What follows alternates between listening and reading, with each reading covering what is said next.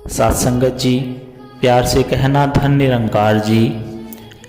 स्वागत है आप सभी का हमारे YouTube चैनल सोना इंस्पायर विचार पर।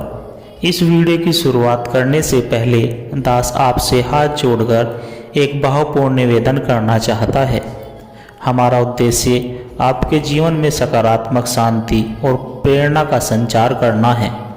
हर रोज हम आपके लिए एक नई प्रेरणादायक वीडियो लाते हैं। इन वीडियो के माध्यम से हम आपके जीवन में आत्मविश्वास, शांति और प्रेम का संदेश पहुंचाना चाहते हैं।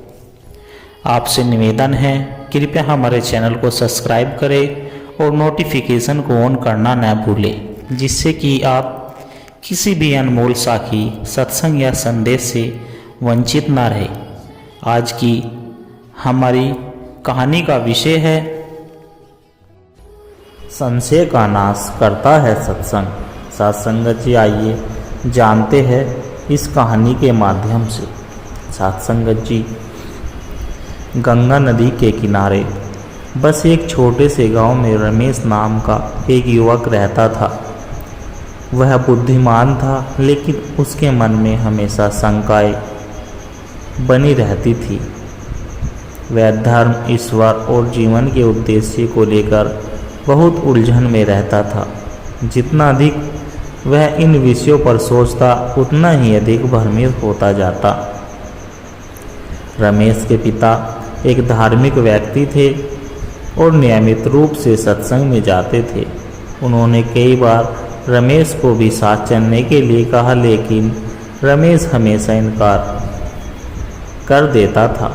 वह सोचता था कि सत्संग सिर्फ बुजुर्गों के लिए है और वहाँ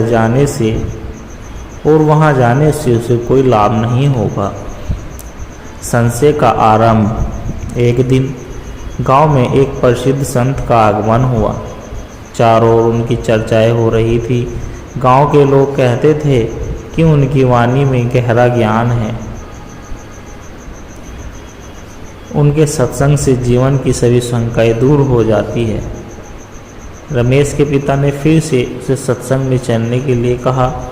इस बार रमेश ने सोचा कि क्यों न एक बार जाया जाए, हो सकता है कि उसे भी कुछ न कुछ नया सीखने को मिले।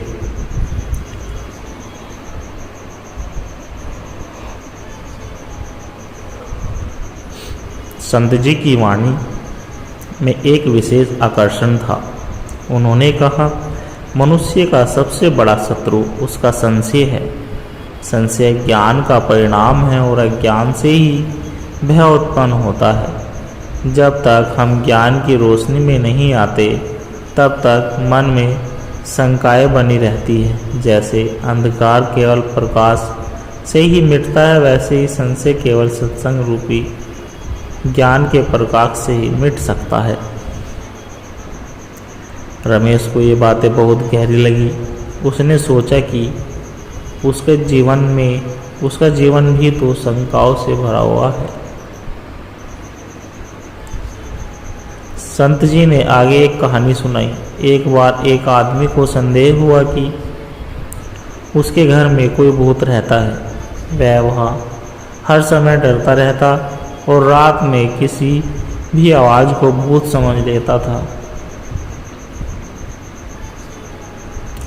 एक दिन एक ज्ञानी व्यक्ति ने उसे समझाया कि यदि तू ज्ञान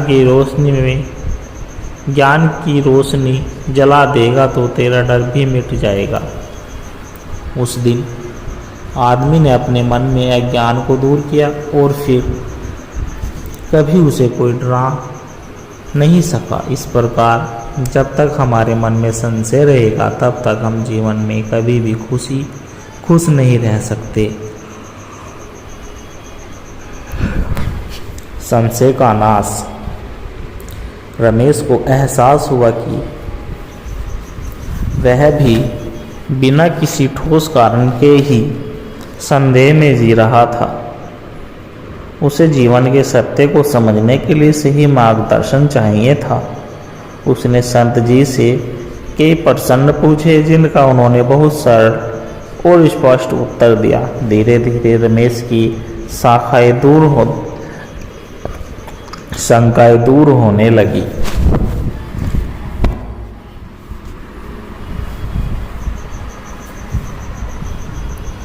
वह समझ गया कि जीवन में सत्संग का कितना महत्व है। सत्संग केवल धार्मिक प्रवचन नहीं, बल्कि मनुष्य के अज्ञान को दूर करने का साधन है। यह वह प्रकाश है जो अंधकार रूपी संशय को समाप्त करता है। उस दिन के बाद वे रमेश का जीवन बदल गया। उसने न केवल सत्संग को अपनाया, बल्कि अपने मित्रों और गांव के अन्य लोगों को भी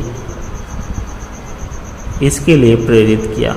अब वह पहले की तरह उलझनों में नहीं रहता, बल्कि हर समस्या का समाधान सही ज्ञान और सकारात्मक दृष्टिकोण से ही मिलता है।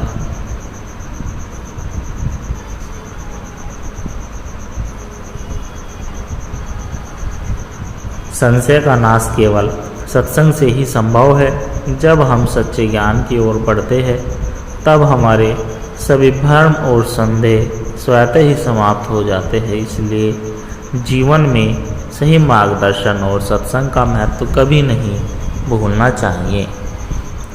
सत्संग जी सत्य की खोज।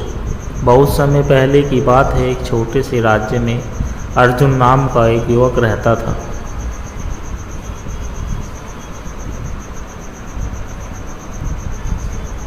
अर्जुन एक संपन्न परिवार से था, लेकिन उसके मन में हमेशा एक प्रश्न बना रहता था, जीवन का वास्तविक उद्देश्य क्या है।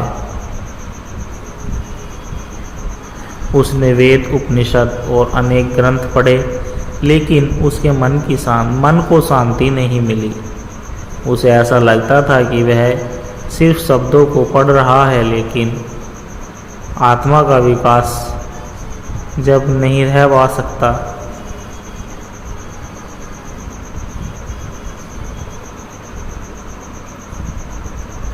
अर्जुन की इस बेचैनी को देखकर एक वृद्ध ज्ञानी ने उसे सलाह दी, यदि तू वास्तव में सत्य की खोज करना चाहता है तो किसी सच्चे संत के पास जा। केवल पुस्तकों से ज्ञान प्राप्त करना पर्याप्त नहीं। जब तक अनुभव न हो, तब तक आध्यात्मिक शांति नहीं है। अर्जुन को यह बात गहरी लगी। उसने निश्चय किया कि वह एक सच्चे गुरु की तलाश करेगा। कई महीनों की यात्रा के बाद एक दिन अर्जुन एक घने वन में पहुंचा, जहां एक प्रसिद्ध संत महर्षि देवदत्त का आश्रम था। संत को देखकर अर्जुन ने उनके चरणों में प्रणाम किया और उनकी जिज्ञासा प्रकट की। गुरुदेव, मैं हमेशा